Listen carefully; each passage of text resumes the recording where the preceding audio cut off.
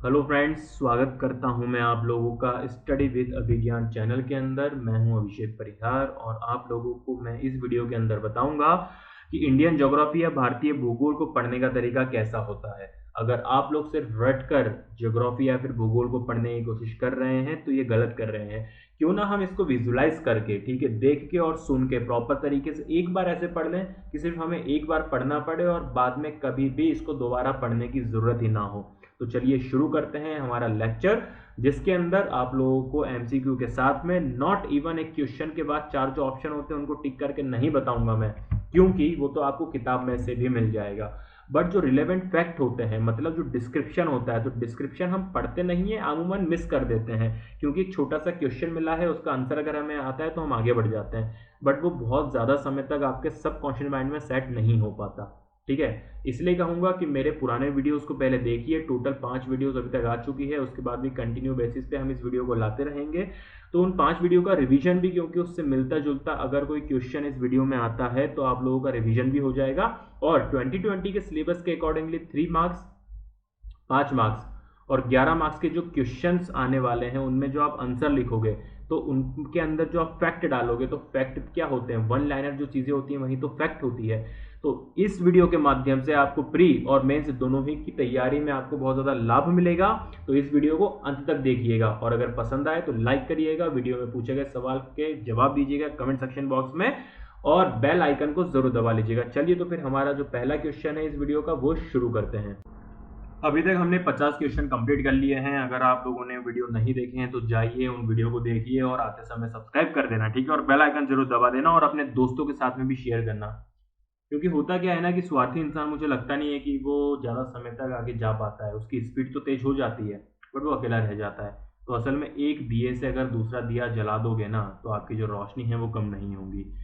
तो अगर हमें पढ़ना है तो बिल्कुल अच्छे से पढ़ो, और अगर आपके मन में स्वार्थपन है, सोचो अगर सारे ही लोग स्वार्थी हो जाए, सारे ही फैकल्टियाँ, सारे ही दोस्त स्वार्थी हो जाए तो इस ब्रह्मांड में ज्ञान कैसे बटेगा। तो ज़्यादा से ज़्यादा इस वीडियो को शेयर करिएगा, क्योंकि एक ज़रूरतमंद बच्चा अगर उसके अंदर कैपेबिलिटी है तो वो कम से कम इन वीडियो के माध्यम से अपना नॉलेज इंक्रीज कर पाए।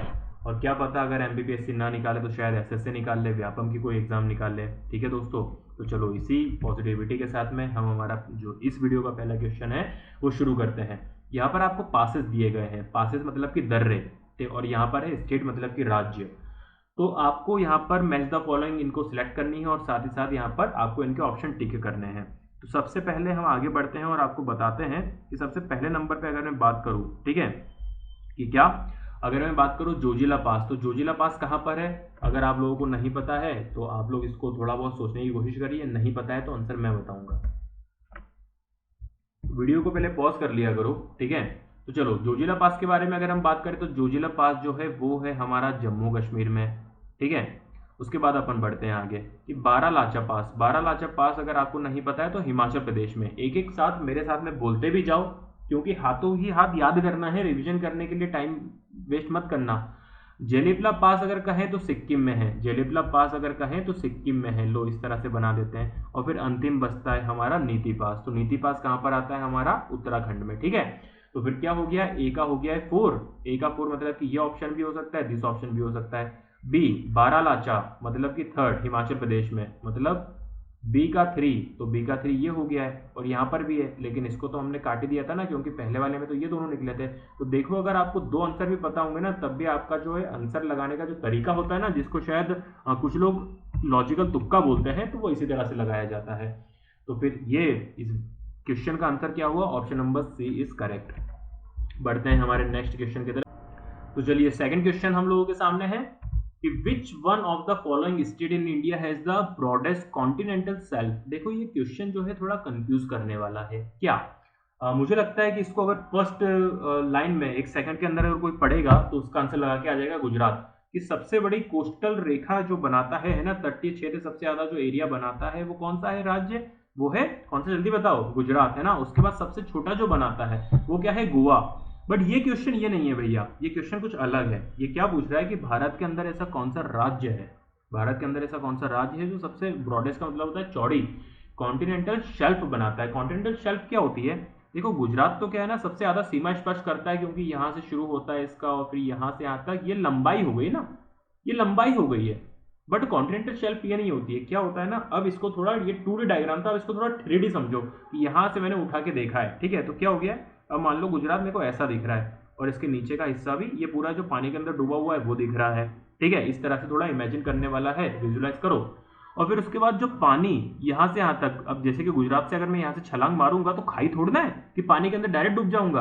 अरे कुछ हिस्सा ऐसा ऐसा होगा ना जो पानी के अंदर जलमग्न होगा, मतलब डूबा हुआ होगा, ठीक है, ये चौड़ाई तक। और फिर उसके बाद यहाँ से समुद्र शुरू होता होगा। चलो इसको बेहतर तरीके से समझाता हूँ आपको एक इमेज के थ्रू, तो आपको समझ में आ जाएगा, ठीक है।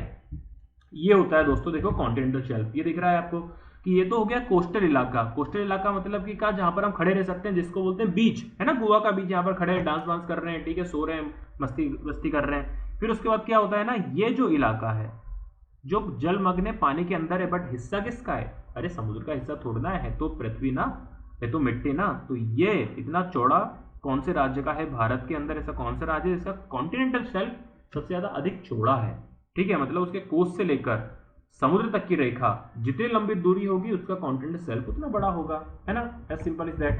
तो चलो इसके अंदर क्या लगाना है हमें, तो इसका जो सही आंसर है वो है तमिलनाडु। तो उम्मीद करता हूं कि आप लोगों को याद रहेगा, रिवीजन भी करते जाना है साथ ही साथ, ठीक है। चलो आगे बढ़ते हैं नेक्स्ट क्वेश्चन की तरफ।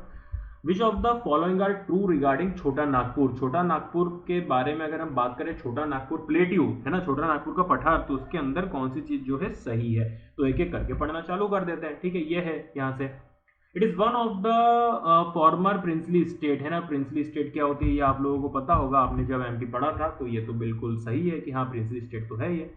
It is a plateau area in Jharkhand inhabited mainly by the tribal, मतलब ये एक ऐसा पठार है जिसके अंदर ज्यादातर जनसंख्या जो है वो ट्राइबल होती है, ठीक है, जनजातियां पाई जाती है। और कहाँ पर है ये है झारखंड के अंदर। तो ये भी बिल्कुल सही है, ठीक है। तो पहला और दूसरा तो बिल्कुल सही है। तो पहला और दूसरा सही है तो ए हो सकता है क्या, नहीं। पहला भी सही है दूसरा भी सही है तो बी हो सकता है क्या, नहीं।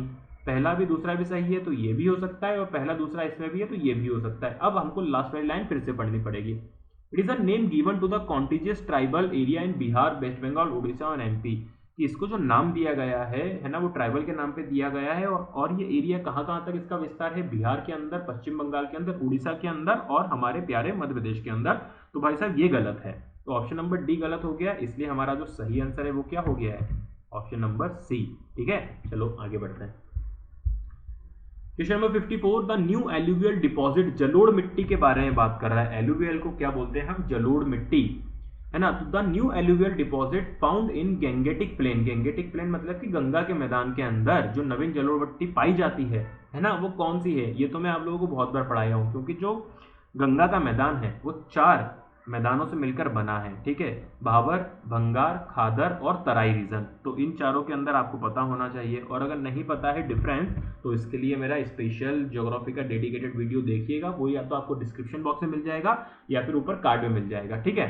अभी आते हैं इस क्वेश्चन की तरफ, तो वो है खादर, ठीक है। खादर क्योंकि ये जो है निचला हिस्सा है, खादर हिस्सा जो है निचला हिस्सा है। अगर मैं ऊंचाई के बारे में बात करूं तो ये ऐसा है, क्योंकि जब भी वर्ष का या फिर बाढ़ का पानी आता है हर बार, तो यहाँ से गड्ढे में जाएगा पानी, तो गड्ढे से होते हुए जाता है। और जो बारिश का पानी है, बाढ़ का पानी है, वो यहाँ से ऊपर से हिमालय से उतरते हुए नदियां लाती हैं, मिट्टी हर साल यहाँ पर बिछा देती है। अब एक जो इंपॉर्टेंट फैक्ट है मेंस के पॉइंट ऑफ व्यू से, वो सुनो कि खादर जो रीजन है वो बहुत ज्यादा फर्टाइल भी होता है। फर्टाइल बोले तो उपजाऊ होता है। क्यों, क्योंकि जलोढ़ मिट्टी होती है, नई जलोढ़ मिट्टी, नवीन, एक होती है पुरानी, एक होती है नवीन।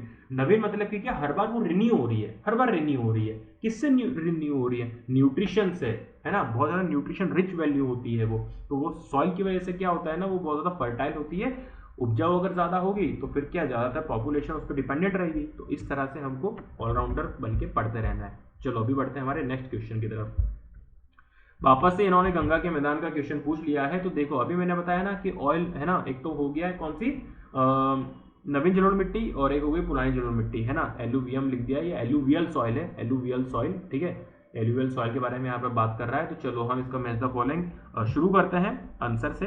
तो सबसे पहले अगर हम यहाँ पर बात करेंगे ए का, कि भाबर रीजन, ठीक है, भाबर रीजन के अंदर इन चारों में से कौन सा फीचर्स है जो भाबर रीजन को फुलफिल करता है। तो सबसे पहले आपको बता देना चाहता है कि ये बहुत ही पोरस है ना। जैसे कि ब्रेड होती है ना, ब्रेड, ब्रेड मतलब खाई ना ब्रेड, अरे पाव जो ब्रेड खाते हो उसमें क्या है, बहुत सारे छिद्र होते हैं, मतलब स्पंज होता है। इसके ऊपर आप पानी डालोगे ना, थोड़ा बहुत पानी डालना है, थोड़ा बहुत, आधा कटोरी, तो ये ब्रेड आपको बिल्कुल भी गीली नहीं दिखेगी, सोख लेगी पानी को, और आपको दूर से दिखेगी कि ब्रेड सूखी है। लेकिन जैसे इसके ऊपर पैर रखोगे, जैसे इसके ऊपर पैर रखोगे या फिर हाथ रखोगे तो गीला हो जाएगा, क्योंकि दब जाएगा। तो ऊपर से अगर मैं देख रहा था तो मुझे तो सूखी दिख रही थी, बट जैसे ही मैंने इसके ऊपर इसको टच करा तब जाके मुझे आभास हुआ कि अच्छा इसके अंदर तो पानी है। सिमिलरली एक बाल्टी के अंदर अगर एक मिट्टी की बाल्टी है, उसमें पानी डाल दो तो कीचड़ बन जाएगा। लेकिन बड़े बड़े अगर गिट्टियां हो, है ना, बड़ी बड़ी गिट्टी हो या फिर रेती हो और उसमें पानी डाल दो तो ऊपर से तो गिट्टी सूख जाएगी धूप में, लेकिन अपन को ये थोड़ा ना पता चलेगा कि नीचे भी पानी है कि नहीं है। तो क्या होता है ना, सरस्वती नदी के बारे में आपने सुना होगा कि नदी यहाँ से आती है और भावर रीजन के कारण नीचे से बहती है। तो समटाइम लोगों को क्या लगता है ना कि नदी यहाँ से डिसअपेयर हो जाती है, गायब हो जाती है, और फिर यहाँ से वापस से पुनर्जन्म लेती है, भगवान जाने कहाँ से पुनर्जन्म ले लेती है। तो वो थोड़ा माइथोलॉजी में नहीं जाना है अपन को अगर ज्योग्राफिकली बात करें तो होता यह है कि आप ऊपर से खड़े हो, गड्ढे नहीं है, खड़े हो, लेकिन नीचे नीचे छोटे छोटे छिद्र में से पानी होते हुए जाता है, तो इसको बोलते हैं पोरस। तो भावर जो है वो हो गया है पोरस, है ना। तो ए का क्या हो गया है 2। अब हम बात करते हैं तराई के बारे में, तराई रीजन के बारे में। तो तराई क्या होता है ना, हैज वेरी थिक फॉरेस्ट और वाइल्ड लाइफ। तराई मतलब हमेशा पानी से तर रहने वाला, छोटी सी डेफिनेशन है ना, एक हल्की सी ट्रिक है, सुन लो। तराई मतलब तर रहने वाला, तो जो सबसे ज्यादा तर रहेगा, सबसे ज्यादा बारिश वहां पर होगी, है ना, ग्रीन फॉरेस्ट भी वहां पर पाई जाएंगे, थिक फॉरेस्ट मतलब बहुत ज्यादा डेंस फॉरेस्ट वहां पर पाई जाएंगे, और वाइल्ड लाइफ पाई जाएगी। तो ये हो गया है तराई का, क्या हो गया है, बी का 3 हो गया है। अब अपन चलते हैं आगे, सी भंगार। तो भंगार भंगार भंगार होगा ना, भंगार मतलब कबाड़ी। भंगार मतलब क्या होता है, कबाड़ी वाले को दे दिया ना, बोलते हैं ना वो अटाले वाला आ गया, भंगार वाला आ गया है, मतलब कि जो काम का नहीं होता है, अटाला। तो वही एल्यूवियल सॉइल, पुरानी चीज जो हो जाती है वो अटाला हो जाती है। तो भंगार क्या हो गया, पुराना, ओल्डर मतलब पुराना, एल्यूवियल सॉइल। तो एल्यूवियल सॉइल किसमें हो गई, और खादर तो मैंने आपको बताया था, नवीन, नवीन मतलब कि जवान, मतलब कि यंगर, तो ये हो गया है। तो इससे हमको क्या पता चल रहा है, ए का 2 देख लो, ए का 2 हो गया है, बी का 3 हो गया है, सी का 4 हो गया, डी का 1 हो गया है। तो अब हमें प्रॉपर तरीके से समझ में भी आ गया, एमसीक्यू का एमसीक्यू हो गया, रटना हमें पड़ा नहीं, है ना, रटना हमें पड़ा नहीं, फैक्ट हमें पूरे याद हो गए, एक मैप के थ्रू बता दिया तो शायद याद हो गया है, एक ट्रिक बता दिया तो याद हो गया है। अब क्या हुआ है ना कि not only fact, not only fact, आपका कंसेप्ट भी यहां पर क्लियर हो गया है। ठीक है दोस्त, चलो तो फिर आगे बढ़े नेक्स्ट क्वेश्चन की तरफ। तो 55 का जो आंसर है वो क्या है हमारा, A. The correct order of the given hills from west to east. देखो वेस्ट टू ईस्ट पूछ रहा है, तो सबसे पहले डायरेक्शन बना लो, NEW, है ना, S, ये होता है, ये उत्तर दक्षिण को छोड़ो, ये हो गया दोस्त पूर्व और ये हो गया पश्चिम। तो वो बोल रहा है वेस्ट से ईस्ट की तरफ जाना है, मतलब कि इस डायरेक्शन में हमें जाना है। प्रीलिम्स में बहुत बार बच्चे जल्दबाजी कर देते हैं, अरे बहुत समय मिलता है, 2 घंटे मिलते हैं, 100 सवाल रहते हैं, काफी समय रहता है, आराम से करो, है ना। प्रीलिम्स की तैयारी कैसे करनी है, मतलब उस समय अटेम्प्ट ओएमआर शीट कैसे भरनी है वो उस समय बताया जाएगा जब प्रीलिम्स आएगी, तो अभी तो इसको देखते जाओ। ठीक है, गारो, खासी, जयंतिया, खासी किस तरह से होती है। तो सबसे पहले बता दूं कि गारो, खासी और जयंतिया, इसको तो याद ही कर लो, जी के जे, ऐसे याद रख लो। जी मतलब कि जी करके पहले किसी को याद करना है, के हमेशा बीच में रहेगा, और बचपन में जी में और जे में कंफ्यूज रहते थे ना, इसलिए वो दोनों आइट साइड हो गए। ठीक है, एक हल्की सी ठीक है, तो इसको तो याद ही कर लो। और फिर आखिरी में होती है नागा हिल्स, क्योंकि नागालैंड में पाई जाती है। याद करो, मैंने आपको बताया था कि हिमालय इस तरह से पूरा चलते हुए आता है, कलर चेंज कर लेते हैं, और जैसे ही वो पहुंचता है अरुणाचल प्रदेश में, सडनली दक्षिण की तरफ टर्न ले लेता है, म्यांमार में चला जाता है। वो किस नाम से, म्यांमार में मैंने आपको बताया था ना, आराकान यूमा के नाम से, और अलग अलग राज्यों में अलग अलग नाम से जाना जाता है। तो नागालैंड के अंदर जाना जाता है वो नागा हिल्स से, इसलिए गारो, खासी, जयंतिया और नागा। अगर मैं चलूंगा पश्चिम से पूर्व की तरफ तो यही होता है। तो ऑप्शन नंबर डी जो है वो मेरा सही हो गया। ठीक है, तो 56 का option number D is correct. आगे बढ़ते हैं दोस्त। A rift valley is formed due to भ्रंश घाटी, कुछ लोग भ्रंश घाटी बोलते हैं, कुछ लोग विभ्रंश घाटी भी बोलते हैं। तो इसका निर्माण कैसे होता है, सिंपल ही चीज है, वो पूछ रहा है। तो इसका जो निर्माण होता है वो हम आपको बता देते हैं, the subsidence of the floor of a river valley. River की जो वैली होती है, रिवर की जो वैली होती है, देखो दोनों ना, जैसे कि इस तरह का ये हो गया ब्लॉक, ये ए ब्लॉक, ये बी ब्लॉक और ये सी ब्लॉक। अगर ये पूरे ऐसे थे हमेशा से, ऐसे हम आपको बता देते हैं कि ए, ये बी और ये सी। ठीक है, क्या होता है ना कि अगर बी का सबडक्शन हो जाएगा, ये नीचे धस जाएगी। ठीक है, इस तरह से नीचे से धस गई, तो ए और सी, तो जैसे अपनी पूर्व स्थिति में वो वैसे ही थे, जैसे अपनी पूर्व स्थिति में वो थे वैसे ही थे। लेकिन बी क्या हुआ ना, बी बेचारा धस गया है, तो इसको रेड कर देते हैं नीचे। तो अब क्या होना, यहाँ से नदियां बहना चालू कर देती हैं। तो बताओ मध्य प्रदेश के अंदर ऐसी कौन सी 2 नदियां हैं, मध्य प्रदेश के अंदर ऐसी कौन सी 2 नदियां हैं जो रिफ्ट वैली से जाती है, कमेंट सेक्शन बॉक्स में बताओ। और दूसरा क्वेश्चन कि भारत के अंदर कुल कितनी नदियां हैं जो ब्रज घाटी में बहती हैं, भारत के अंदर कुल कितनी नदियां हैं जो ब्रज घाटी में बहती है, और मध्य प्रदेश के अंदर कुल कितनी नदियां हैं जो ब्रज घाटी में बहती है। दोनों अलग अलग क्वेश्चन है, नाम बताइएगा। अगला क्वेश्चन, the Himalaya are generally divided into 3 range, है ना, विच डू नॉट इंक्लूड। अरे ये तो मैंने आपको कितनी बार बताया है ना, कैसे हमने बताया, एक था ट्रांस हिमालय, ठीक है, और एक था हिमालय, मतलब हमारे भारत का हिमालय, ठीक है। तो ट्रांस हिमालय को हम हिमालय का हिस्सा नहीं मानते हैं, ठीक है, ट्रांस हिमालय को हिमालय का हिस्सा नहीं मानते हैं। तो हिमालय में क्या आता है, एक तो आता है ग्रेट हिमालय, फिर आ जाता है यहाँ लेसर हिमालय, फिर इस तरह से शिवालिक की रेंजेस आती है। लिख देते हैं चलो, लेसर हिमालय मतलब कि मध्य हिमालय, या फिर कुछ लोग इसको लघु हिमालय भी बोलते हैं। और ये हो गया शिवालिक की पहाड़ियाँ, हिंदी में भी इसे शिवालिक ही कहते हैं। ये हो गया ग्रेटर हिमालय, इसको बोलते हैं बृहत हिमालय या महान हिमालय या विशाल हिमालय, ठीक है। तो ये हो गया हिमालय। अब इसके अंदर देखो, शिवालिक आ गया, ग्रेट हिमालय आ गया, लेसर हिमालय आ गया है, मतलब काराकोरम विच डू नॉट, जो हिमालय का हिस्सा नहीं है, तो ये हो गया काराकोरम। क्यों, क्योंकि काराकोरम जो है दोस्तों वो है ट्रांस हिमालय का हिस्सा, ठीक है। और ट्रांस हिमालय के अंदर कितनी श्रेणियां आती है, मुख्य 3 श्रेणियां आती है, इसको बोलते हैं काराकोरम, लद्दाख और जास्कर। ये हो गया काराकोरम, लद्दाख और जास्कर, इसे भी याद कर लो, है ना, रिवीजन करवा रहा हूं, अगर याद होगा दोबारा सुन लोगे तो उसकी लाइफ बढ़ जाएगी आपकी मेमोरी की, फैक्ट की, ठीक है। What do you understand by Doab, Doab क्या होता है, कितनी बार सुना है सर, 5 दोआब, 6 दोआब, 7 दोआब, ये दोआब होते क्या हैं असल में, ठीक है। तो ये हमें पता चलना है असल में। Where the delta of the river begins, मतलब नदी जो है, देखो नदियां क्या करती है ना, 2 तरह से चीजें बनाती हैं। अगर वो गिर रही है, जैसे कि ये नदी है, ऐसे ऐसे बह रही है और सडनली उसको इतना स्लोप मिला और ये रहा समुद्र, सामने समुद्र भी यही है, तो क्या करेगा, उसको पास प्रेशर ही नहीं रहेगा, तो कुछ पानी इधर चले जाएगा, कुछ पानी उधर चले जाएगा, कुछ पानी इधर चले जाएगा, मिट्टियां यहाँ पर ऐसे ऐसे करके जम जाएगी, धुल नहीं पाएगी ना, धुल नहीं पाएगी, तो वो हो गया डेल्टा, ठीक है। सुनी लो इस चीज को पूरा।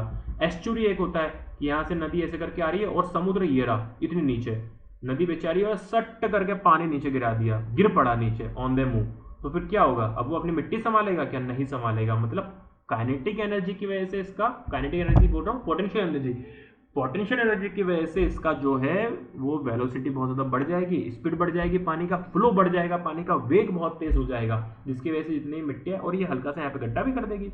अरे गमले में पानी डालना है यार कल सुबह जाके, है ना, हो देखना, धीरे से ऐसे करके पानी डालोगे कुछ नहीं, और इतनी ऊपर से खड़े खड़े बिना कमर झुकाए आलसियों की तरह पानी डालना, तो यहाँ पर गड्ढा पड़ जाता है, तो वही होता है एस्चुरी, ठीक है। चलो आगे बढ़ते हैं। तो एस्चुरी और डेल्टा से दोआब का कोई लेना देना है नहीं, तो इनको हटा देते हैं। जहां पर 2 या 2 से अधिक नदियां मिलती है तो उसको तो संगम बोलते हैं भाई। जहां पर 2 नदियां अलग होती है उसको तो डिस्ट्रीब्यूटिव बोलते हैं, कि नदी ऐसे जा रही थी, इधर बढ़ गई, ये एक हुगली चली गई और इधर दूसरी नदी चली गई, ठीक है। तो ये तीनों नहीं है।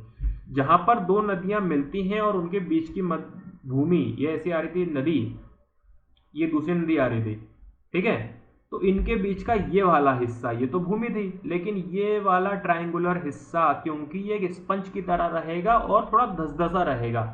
ऐसा नहीं कि आप यहाँ पर 5 मंजिला बिल्डिंग खड़ी कर दो, धस जाएगी पूरी, क्यों, क्योंकि पानी जब भी कहीं से जाता है तो ये मिट्टी ना इसको सोख रही है, पानी को मिट्टी सोख रही है, पानी को मिट्टी सोख रही है, तो क्या हो जाती है, मिट्टी थोड़ी सॉफ्ट हो जाती है। और अगेन एनालिसिस से कि क्या होता है ना कि बहुत बहुत बहुत ज़्यादा उपजाऊ होती है, तो इसे कहते हैं दोआब। बहुत अच्छे से याद हो जाएगा। और अगर कभी आपका है ना कोई बच्चा पूछेगा है ना कि चाचा चाचा मामू मामू पढ़ा दो, तो कम से कम बच्चे को तो पढ़ा पाओगे ठीक है। चलो अपन आगे बढ़ते हैं। हाँ, तो ये है हमारा लास्ट क्वेश्चन कि वो क्या बोल रहा है ना यहाँ पर कि वैली, ये वैली है, वैली मतलब कि घाटी है, किसके बारे में बात कर रहा है, ये कश्मीर की घाटी के बारे में बात कर रहा है, ठीक है। तो इसमें से क्या गलत है, तो हम आपको सबसे पहले बता देना चाहते हैं कि अगर आपको डायग्राम याद हो तो तुरंत आपने इसका आंसर बता दिया होगा। ये हो गया ग्रेट हिमालय, ये है ना वृहत हिमालय या लघु वृहत हिमालय या महान हिमालय, ये हो गई लेसर हिमालय, लेसर हिमालय मतलब कि मध्य हिमालय, और ये शिवालिक। यहाँ हमने आपको बताया था कि पीर पंजाल है, पीर पंजाल श्रृंखला है, और यहाँ हमने आपको बता दिया था कश्मीर वैली, कश्मीर की घाटी है। तो देखो तुरंत निगाह जाना चाहिए, क्या बोल रहा है ऑप्शन नंबर बी में कि जो कश्मीर की घाटी है वो पीर पंजाल और लेसर हिमालय के मध्य स्थित है। गलत, अरे ये हो गया लेसर हिमालय, ये हो गया, तो यहाँ पर दिख रही है किसी को कश्मीर घाटी, नहीं, कश्मीर घाटी तो यहाँ है, मतलब कि ऑप्शन नंबर बी हमारा गलत हो जाता है, ठीक है। तो क्वेश्चन के हिसाब से कि जो वैली के बारे में गलत चीज है, तो वो कौन सा ऑप्शन गलत है, तो option number B is totally wrong. तो कैसा लगा आपको लेक्चर हमें बताइएगा, और अगर आपको पसंद आया है तो सब्सक्राइब करिएगा, बेल आइकन दबा दीजिएगा, और अगर इससे पहले वाले लेक्चर देखना है तो देख लो, पार्ट 5 आपको स्क्रीन पे दिख रहा होगा अभी। और अगर इससे बाद वाला लेक्चर देखना है तो बाद वाला लेक्चर के लिए मैं आप लोगों के लिंक डाल दूंगा, या फिर यहीं आपको स्क्रीन पे कार्ड दिखेगा। और इससे अदर वीडियो अगर आप लोग हमारे यूट्यूब चैनल पे देखना चाहते हैं तो यहाँ पर भी आप लोगों को दिख जाएगा ऐड में, तो आप जाइए, उनको देखिए, अपनी पढ़ाई जारी रखिए। कोरोना का समय काल है, अपनी पढ़ाई को इफेक्ट मत होने दीजिए, डीमोटिवेटेड मत होइए, ठीक है। डीमोटिवेटेड होने का मतलब है नहीं। और अच्छा करो, दूसरों के लिए भी अच्छा करो, खुद के लिए भी अच्छा करो, भला करो, पढ़ाई करते रहो तो मोटिवेटेड रहोगे। और अगर डिमोटिवेशन आए तो उसके लिए हम हैं ही सही। डिस्क्रिप्शन बॉक्स में जाइएगा, व्हाट्सएप ग्रुप पे ज्वाइन हो सकते हो। अगर प्रॉब्लम आ रही है तो कमेंट सेक्शन बॉक्स में नंबर पूछ सकते हो, ठीक है, या फिर ये नीचे दिए गए व्हाट्सएप नंबर पे मैसेज कर दो, तो हम आपको हमारे व्हाट्सएप ग्रुप में ऐड कर लेंगे। So stay safe, stay home, bye bye, take care.